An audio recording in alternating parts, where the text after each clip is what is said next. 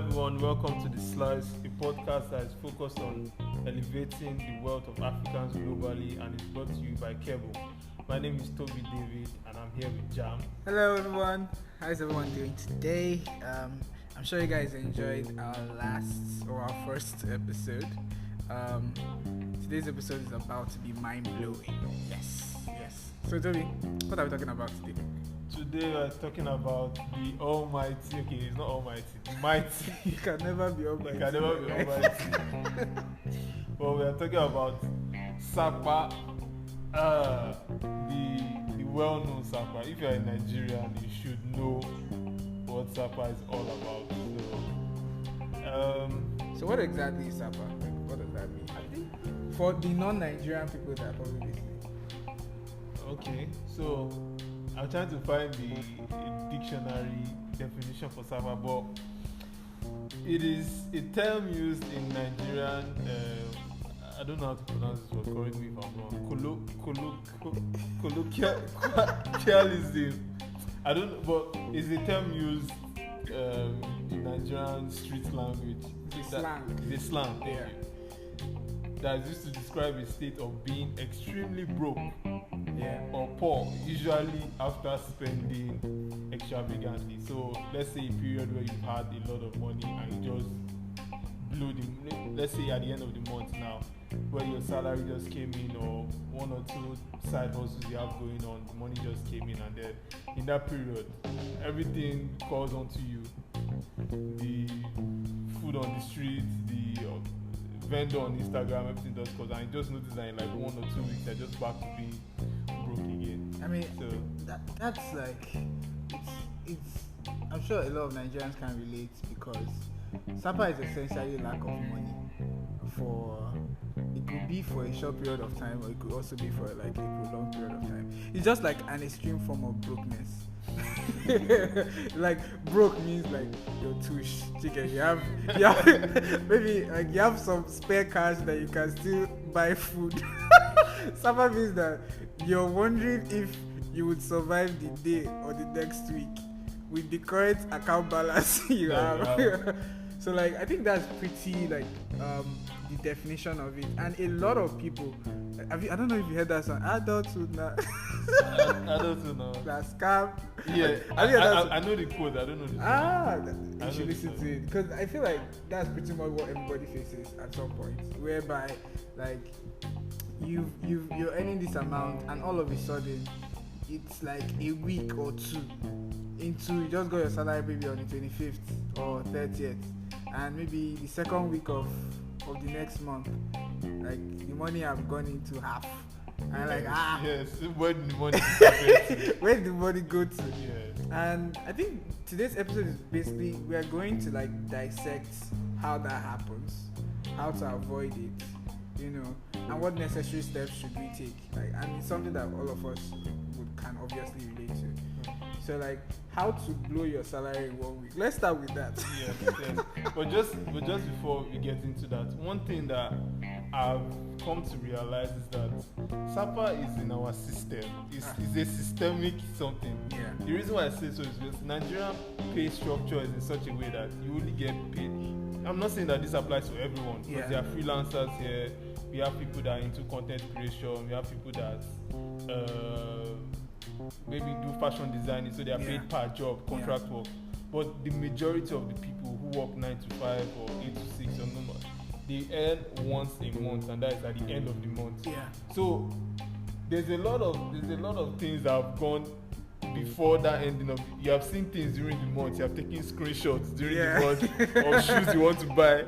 You have saved stuff in your cart on online shopping malls and all that. So immediately the money comes, it's almost like it has assignments. So immediately the money comes because throughout the whole month you have not received any money. Yeah. So you just be waiting.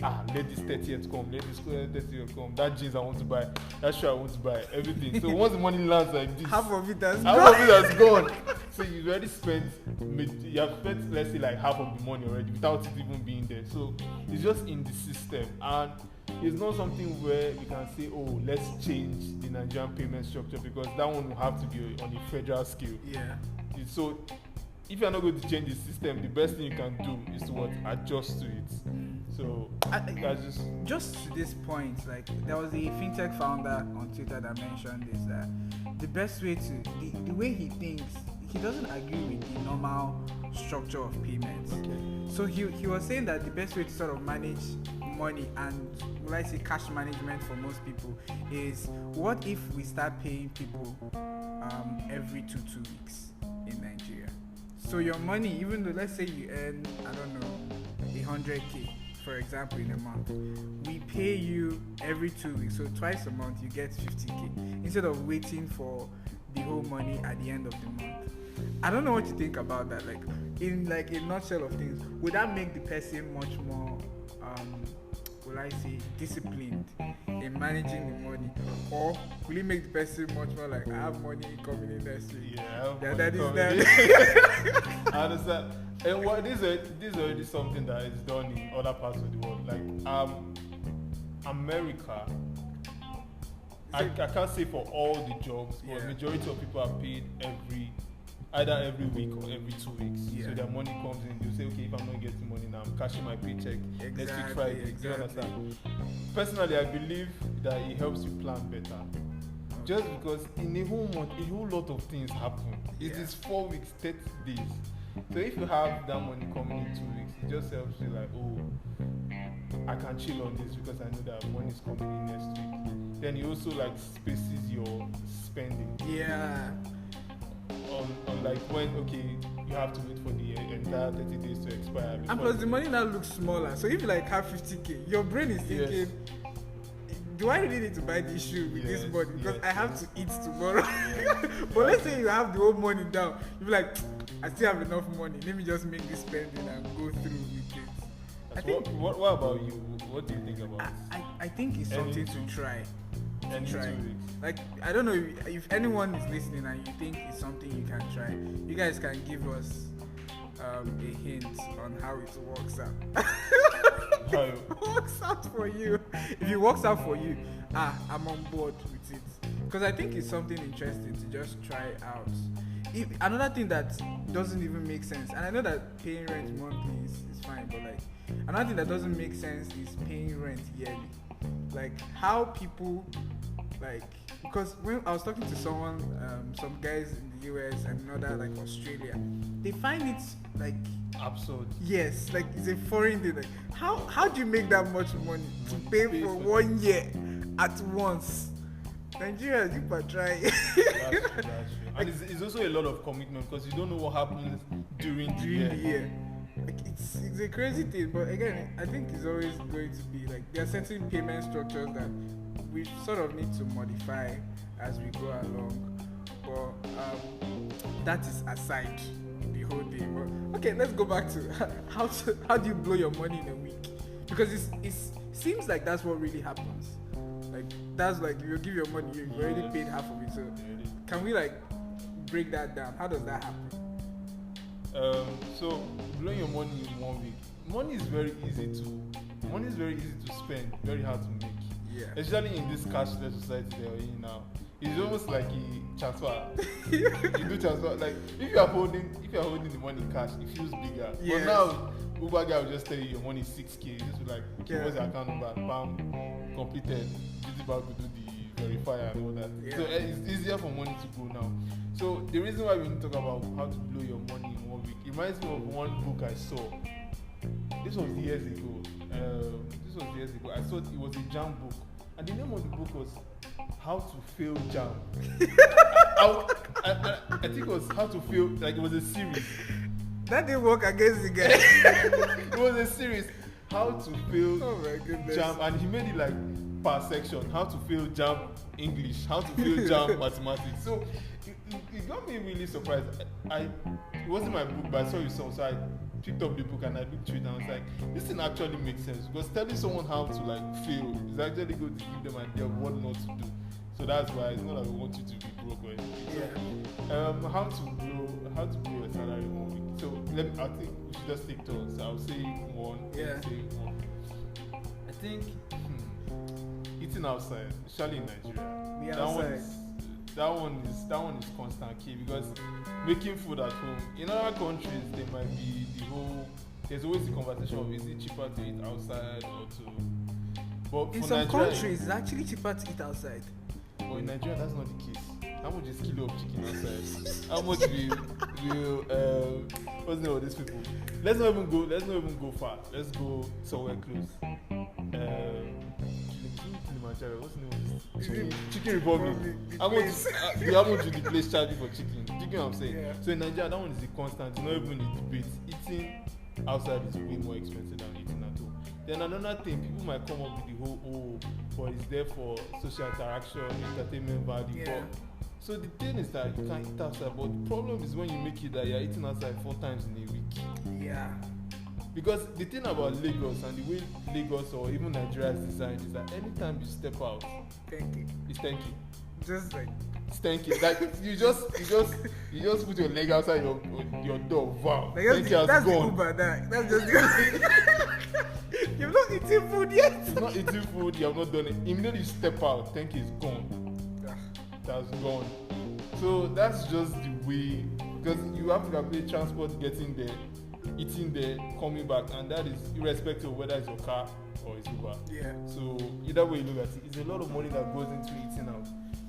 Unless your definition of eating out is buka, and if maybe there's That's one. not eating yeah, out. yeah, that's not eating out. That was eating locally. Eating locally. So I mean, I'm so on point with that, like eating outside, because I have decided that the month of June, yeah, okay. because this is June, right? Are we in June? Yes, we're in June. What was the month before June? May, June. May. I swear, I went out like 5 to 6 times, and I felt it. I felt it every single time. And that's Is it general going out like cinemas or just like it's to just go out and eat with friends, or just go out and meet someone and talk over lunch or dinner and stuff, or go to a bar and stuff and chill. The idea is that I felt choked, like literally choked, going towards the end of the month, and I was like, what's going on? Like, what's going on? And I made it. I just said, this month of June, I'm not going out. At all. Like, I'm not, if you say come, I said I'm not going out. And the thing about it is that I feel relaxed. Like, and I know my own is quite extreme for most people, but this is just me telling, like, you don't have to go out. I'm just saying, like, you'll be fine.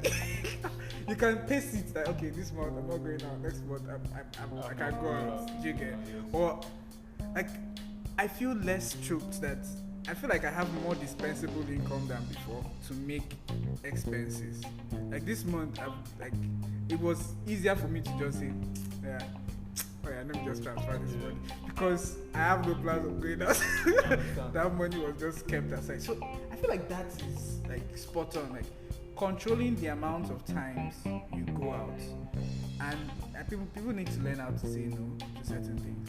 Like, unless someone is paying for you, Yeah. But this is for guys. I know, guys. Anytime you go out, you spend money. Yes. Even if it's not on yourself, you can spend money on someone else.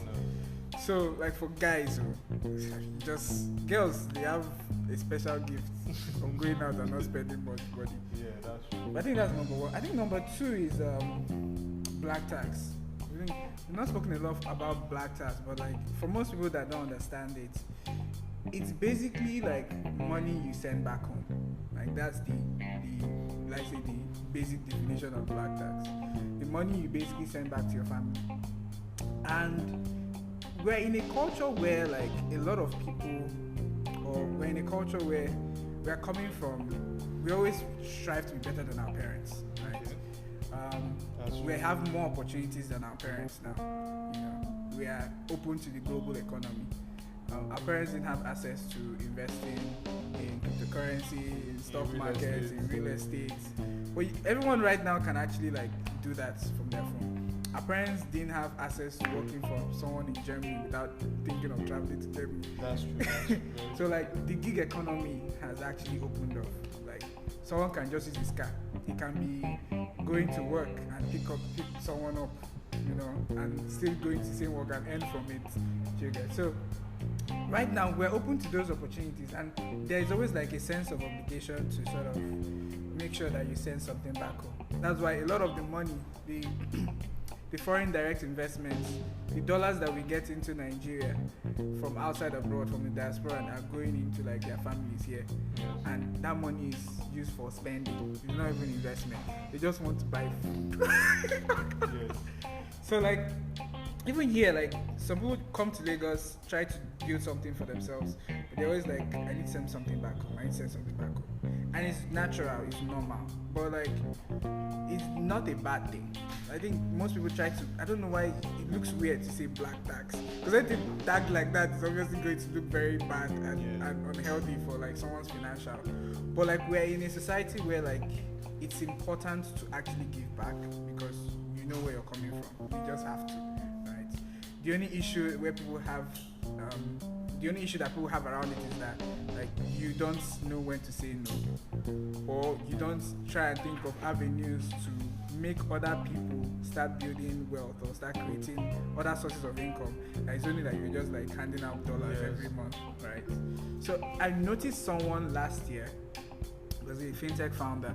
He basically said, at the end of last year, he said that I took myself out of black tax. That was his accomplishment. Like he just said, you know what? I'm going to set up something for my parents. I'm going to set up something for my siblings. They're going to work for the money, and they're not going to disturb me ever again. And that just liberated him, right? So that's like an extreme form of it. For most of us, all you have to do is sort of say, you know what, I don't want to kill myself because I also have to build something for myself. I'm going to give as much as I can that is within my bandwidth. Just plan for it. Not everything you should be jumping off the hills for, because like you have to take care of yourself as well. You just have to establish those limits. Yeah, you have to. With the people expecting the money. That, okay, this is the money that is coming. Do you want me to die or not? Do you want me to die or not? If you are expecting more, it's not me that's going to give you. Exactly. I understand. Then, if possible, try and create, at least plant seeds of making sure that there is some level of cash flow coming in. So whether it's maybe your siblings thinking around and making sure that they're doing something extra to sort of earn from it and keep it, so that even your parents are not disturbing them, or they are not so much pressure to take care of them anymore, or you're providing an avenue for even your parents to be earning something as well without you even bothering about yourself. So these are like the the realities of like the African person, regardless of whether that you're in the US or whether you're even here. You're here even in Nigeria. What other things do you think can help you blow your money? So it's two in one. So I'll just talk about one, but it's like two in one. So impulse buying. Impulse buying. So impulse buying is basically buying on impulse. It means that once you feel the need to buy, you buy. And it happens for anything and everything. Maybe you're passing by and you see like spaghetti on the street, something like that. You really just pass it like impulse, you just buy it. Or you pass by a boutique and you see a very nice sweatshirt in the show glass. You just get inside. How much is it? 30k. Oh yeah, give me. And then you just buy. So impulse buying is and the thing about impulse buying is that you don't really track it. It's just that what's this very popular quote? This life I can't kill myself.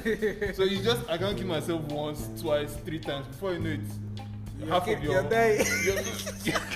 Before you know it, it's you that's killing yourself. So impulse buying is something you have to be very, very, very cautious about. But we have not gotten into the solution part. So yes, if you want to blow your money, anything, once you feel like buying something, you buy it. If it looks good on Instagram, you message the vendor, you order it. If it looks good on, what else is there, Jumia, you buy it. So impulse buying. The thing about impulse buying, because I was talking to someone, I feel like there are 2 core things that leads to this impulse buying. There is the behavioral part of it, where like people seem to have a certain type of spending habits that requires them to constantly feel satisfied every single moment. Like they just want to be satisfied. They don't care about any other thing. What will kill me will kill me later in the future. So there is that behavioral aspect of it. There is also the aspect of your finances. So when certain people would obviously feel like because constant capital or cash flow is coming in as often as they would like, there is this certain need to obviously spend it because it's just flow. You get? That's when you see that people that, let me give an example. Yahoo boys, for example, when they blow, the quotes blow. There's this need to just like, and the thing is that the money is coming. Yes. There's this need to just spend it. You get? And not even about that. Like, if someone is earning a reasonable amount of money within a month, and the expenses, maybe the person's expenses was not so much before. When that money comes in, there is this tendency. It's just a tendency.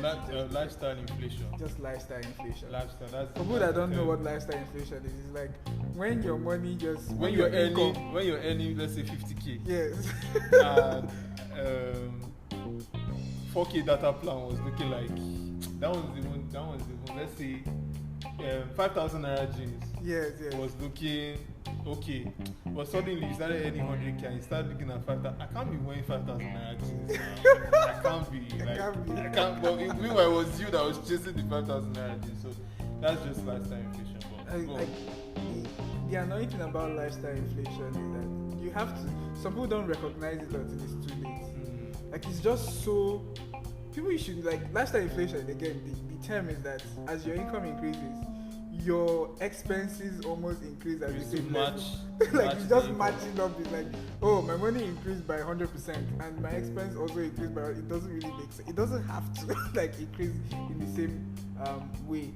But like I think that's one of the two main areas that there's a behavioral part of it that I think platforms like saving platforms have actually helped a lot of people sort of build that culture. There's also the spending money, which is I feel like it's a normal thing when you've seen the money come in and your expenses was like 10%. All of a sudden the money is like 100%, and you're like, or more. And the money is consistently coming. And when that money consistently comes in, it's a crazy thing because you just feel like I have money. I can do it. Yeah. You get? So I feel like that's like a very big influence on it. But like, how do we even stay in line with all of this? Like, how do we sort of help people combat, the different elements of SAPA? What would be the first thing someone would have to do to sort of say, you know what, I'm earning this. I don't want to see how like in a week my money is gone. Half of it is gone. How do I sort of navigate around and make sure that something is working out for me from like a financial standpoint? Okay, so I think all of us, everyone knows the answer for this, like the default answer, that's budgeting. But the thing about budgeting, okay, let me just do first on budgeting, then before I go into the thing about budgeting. So budgeting simply is that, okay, you're allocating money for different areas of your expenses. So you're allocating money for different areas of your expenses. So what that means is that when the money comes, let's say you're earning 100k, you've already budgeted that, okay, I'm only going to spend 30k on food this month, or I'm going to spend 10k on fuel, and no matter what, it's not going to go past this boundary. That is very important because if you don't plan with money has a way of just leaving your hand. We are in an age where most of our stuff is cashless, so to a certain extent it's good because you can still go to your bank app and see, okay, minus this one is red, this one is the bank app I use, it shows red for debit and green for credit. So you can still in a way still see it, but at the end but still you still have to make sure that everything is budgeted for. Now in line with what I was saying before, I was talking about the thing about budgeting is that for some people, just because, especially if, and this is a very common case for Nigerians, they came from a place of they were not having money before. Yeah. So now they're having money. Yeah. And the thing about people that were not earning money, like serious money before, and now they're earning serious money, is that you just want to blow. Yeah. That's why if you go, I don't want to mention names because I was thinking of a particular artist, but if you pick any, mention the name, they're not beat us. It's just like, for example, pick someone like Portable now. Oh my goodness. If I live in the churches. you pick someone like, I don't know if Portable was living in Lekki or Aja or something, but I want to believe that he had humble beginnings. If you pick someone like that and you give him some kind of money, the first thing on his mind is just, what can I buy? Because he's coming from a place of lack. And that's the case for most of us Nigerians. We didn't grow up with like many cars in the house or many clothes. So now that you have the money to buy clothes, in your mind it's just like, all those things I didn't have before, let me just get them. So the thing about budgeting is that for some people they struggle, especially if that's your case, where before you could not afford so much, but now you can afford so much. So the best thing for people, I believe that the best thing for people that struggle with budgeting is that once the money comes, throw it somewhere. Throw a percentage of it. There's a term for it. Pay yourself first. PYF. Pay yourself first. So once the money comes, let's say that 100k comes, you want to save, let's say 40k, or let's be realistic, 20 to 30k every month. Just carry that 30k, throw it inside one bank account you know that you don't touch like that, or the bank account you know you don't have card for. You just throw it there. So once you throw it there, the remaining 70k, you blow it. And you make sure that no matter how bad it gets, you're not going to touch that 30k. So then from that 30k you can also have, so I think it's a thing of growth. That's the thing about finances. So when you first get that money, when you trade, you can just be like, oh, this is savings or emergency fund. But as time goes, you now begin to evolve. So you can now like manage yourself better and now be like, okay, let me take 40k out instead of 30, and out of that 40k I'm using 20k for investments, using 20k for savings. That is growth, meaning that you're moving from a place of savings and investment. Meanwhile, you still have the money that you set aside to spend any which way. So that, I think that would be a better strategy for people who struggle with budgeting, because as much as you want to hammer budgeting into people's head, they cannot control themselves. Because it's not you that will hold your hand on the bank app. Whatever they want to do, like they say on Twitter, no be you go tell me what is doing my money. And the thing about it is, I know several platforms, even fintech platforms, would always say, and even financial advisors will always say, oh, do the 20, 30, 50 kind of model. And the thing I've noticed with most Nigerians, that they don't even bother. It's always so difficult to pull through. What you just gave is literally like the first, will be like the first most practical thing for any Nigerian to do, right? The practical thing is to pay yourself first. And what that means is that you should not buy shawarma for yourself. What it means is that you should set aside money that you are focused on saving or you're focused on investing, right? And just keep that money for it to build interest for yourself, right? We're going to talk about where that money should go to in some other episode. But like the idea is that if there's any takeaway from all of this to avoid SAPA in any way, is that everybody should start planning a framework or a model that will let them say, do you know what? Out of every money that I earn as a person, wherever it's coming from, if I have 100 jobs, if I have 5,000 jobs, great. You know, the best way for me to actually like avoid any extreme brokenness whatsoever is to see how I can set aside a little bit of money that would actually pay me in the future, right? I think that's number one for me. I think the second thing for me is that people should actually see how, and I know it's the most obvious thing this is pretty much the most obvious advice anyone can take. It's just to earn more. Yes, that's very true. Like, if you're not comfortable with what you're earning now, and if you're not deriving any value from it, the best thing is how do I level up to become, to become that person that earns more? You get what kind of skills do I need to acquire in the next few months? What kind of I was listening to someone that the person's framework was that if you wanted to start earning $5,000 a month, you shouldn't start by applying for $5,000 worth of jobs next month. You should say, what kind of person would be able to earn that kind of money? How do I network with that person? What kind of skills are available for me to learn within that period that will be worth that kind of money? And what kind of firms will be able to afford that payment? And when you break that thing down, it's usually a 6 to 12 month plan. People rush into it, but if you decide that, I want to learn, keep an example, the loudest people on Twitter are UI UX. UI UX. Everybody knows UI UX. I'm so sorry, guys. But the idea is that anyone will just say start today and just start copying platforms and start creating case studies around it. Great, fantastic, right? And in 2 months or 3 months, they're already shouting. Yeah. And it's great.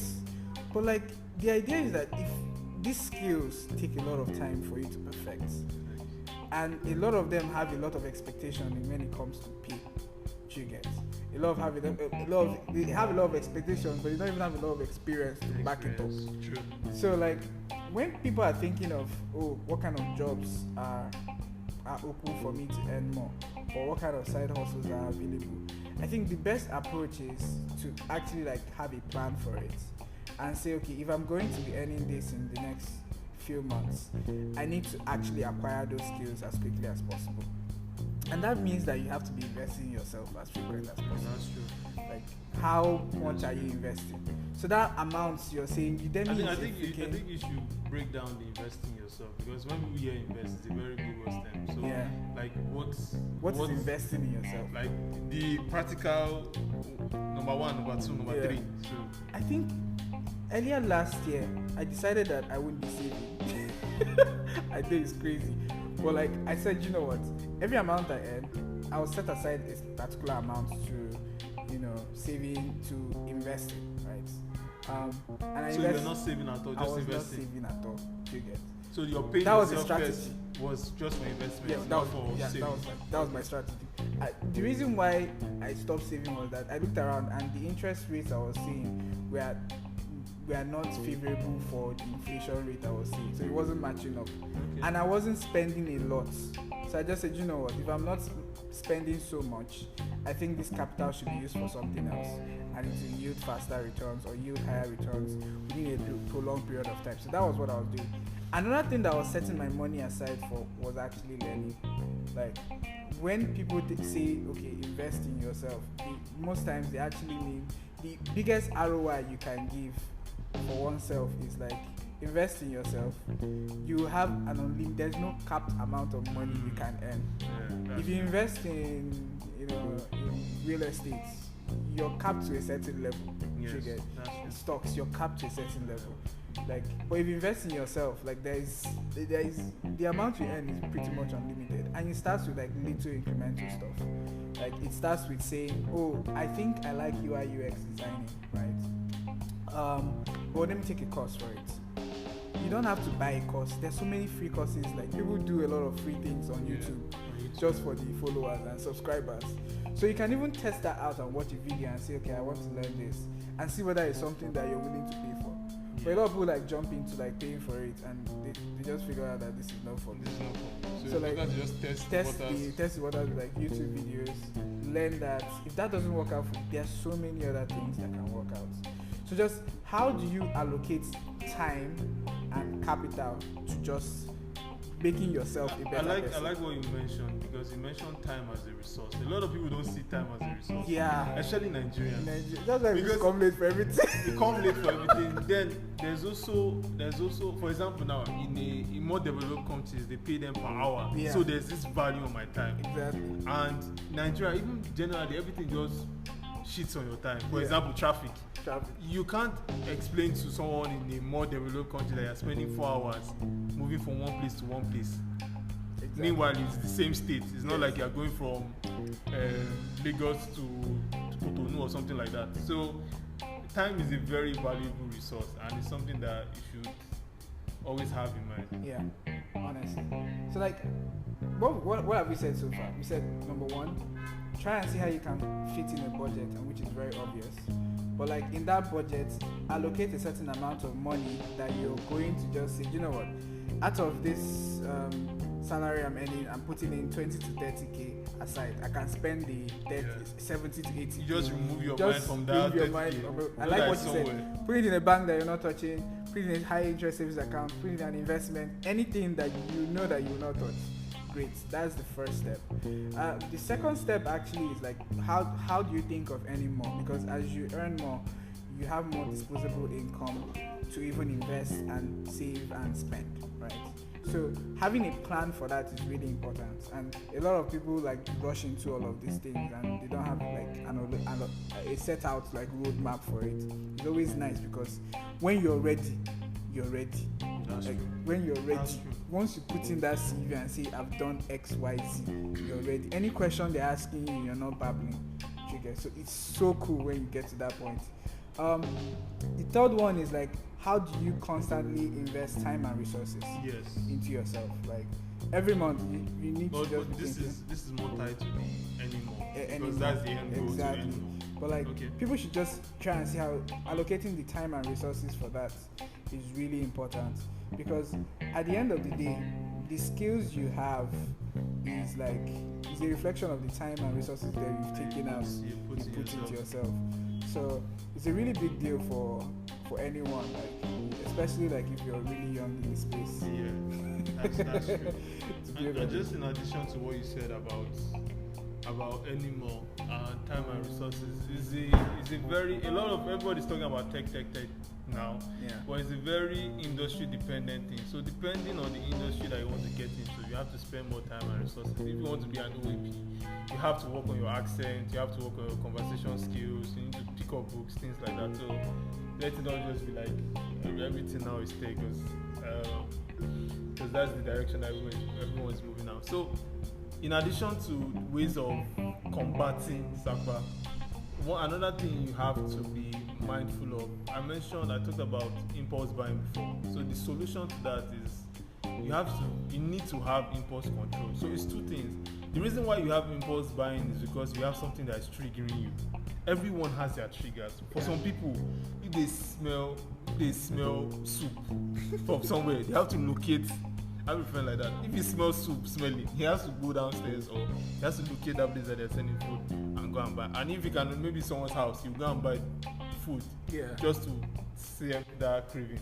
So for everyone, it's different. For some people, your trigger is that, immediately you come back, you're tired, and no matter what it is, you must just eat. For some people, it's late night, when you're up at night, you see some people tweeting on Twitter that, I just finished mixing about 2 a.m. So everyone has their own trigger.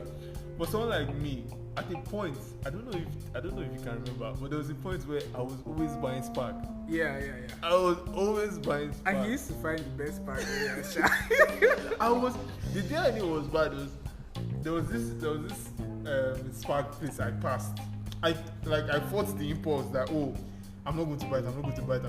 I walked all the way to a bus stop and you had to go back. I went back. I went back to buy it, and I was just looking at myself that they don't cash you.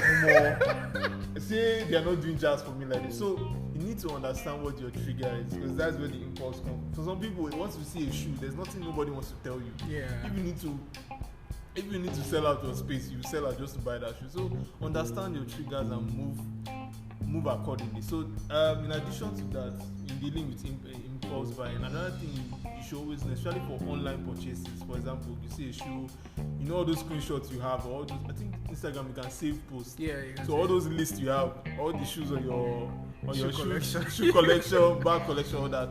Delay your purchase. The thing is that once you see it and it's like the only thing on your mind, the moment you can delay it, maybe like 1 or 2 days, you begin to ask yourself that, do I really need this thing? Yeah.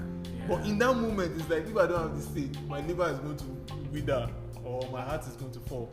So that's something we should always like be very mindful of. And then this is another point now, so because I'm done with the impulse buying thing. So in conclusion for the impulse buying, so know your triggers and also delay your purchases, especially in this time of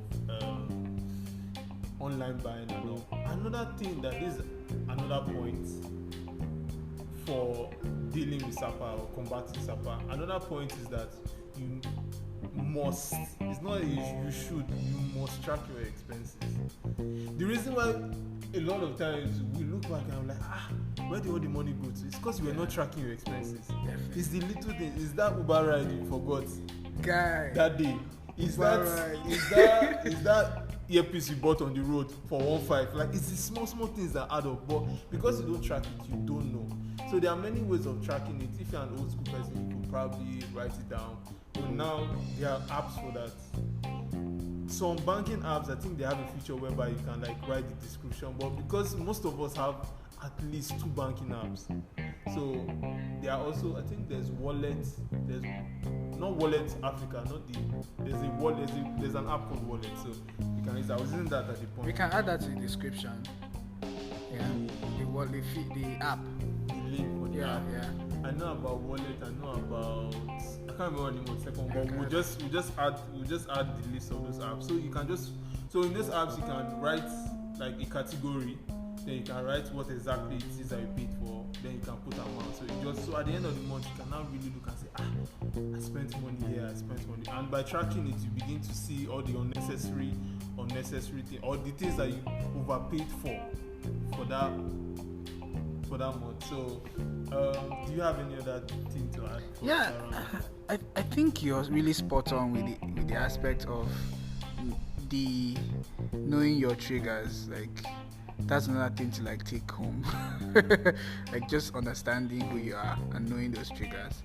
But I think everything we've sort of helped people understand what SAPA is, understand how to spend money faster, and understand what to do to avoid that situation ever happening again. So we've helped you. So help us. Help us by subscribing and sharing to other people. As well. Before we round up, I just wanted to say that this episode is sponsored by Kebble, right? So what is Kebble? Kebble is a platform that makes real estate investing affordable. So you can own a share of a building, of an apartment, and you earn from the sale of that property. Yeah, we've actually like funded over 16 buildings so far, right? We've paid over 100,000 USD in dividends, and we would want you to build your wealth, or if you're thinking of building your wealth and you're thinking of a stable and reliable way, paying yourself first, Kebble is the right platform for you, right? It's www.keble.co. Simple, right? That's the platform. You just click on it and it's very easy to sign up. KYC is really cool. You can start investing today, right? And start building yourself and paying yourself first. So, Toby, any last words for today's episode? Any last words? I think in conclusion, just you have to be very, because SAPA is very mindful of you, so you have to be very mindful of SAPA too. SAPA is coming for you. Be mindful of SAPA. So another thing that just popped in my mind, just as we're rounding up, is that you need to also look out for deals and bonuses, especially in things that are very, very essential. For example, if you know a gas station that is selling gas cheaper, or you know someone, you can, maybe a new spot your friend just introduced you that is cheaper to get food from. I'm talking about book out, no eating out. So, or maybe like a data plan. Data plans, guys. Data plans free. Always. That's a constant K on every like young Nigerian's wallet or money. It's something that so if you can find a good data plan, or just look around. Or one thing that I always do is I always ask people. I just be like, do you know anybody that is doing 20 naira for 5 gig? I can just say it doesn't exist yet. I'm always asking people like, do you know anybody that is, because all of us know how much you are spending on data, and we are in an age where you can't just say, I will stay without data. And the thing is that the way they build these apps, they don't care about the fact that, because in developed countries you pay a certain charge and you're getting unlimited data, but in Nigeria everything is limited. You're buying a particular bundle, so they are not making these apps in such a way that they are considering you. They are considering people that have unlimited. For example, now Instagram uses the highest resolution of videos.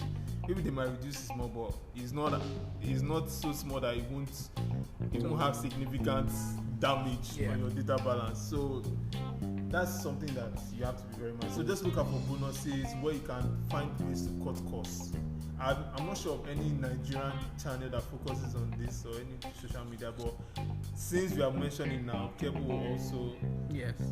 So we also, with time, maybe if we see something during the week, we can put it on our podcast that, okay, this is the cheapest data plan now, then continue that topic. So that's just that. So just be very mindful of SAPA, because SAPA is very mindful of you. So what a way to end today's episode. Be mindful of SAPA, because SAPA is mindful of you. You guys, take care of yourself and see you in the next podcast. Bye. Bye-bye.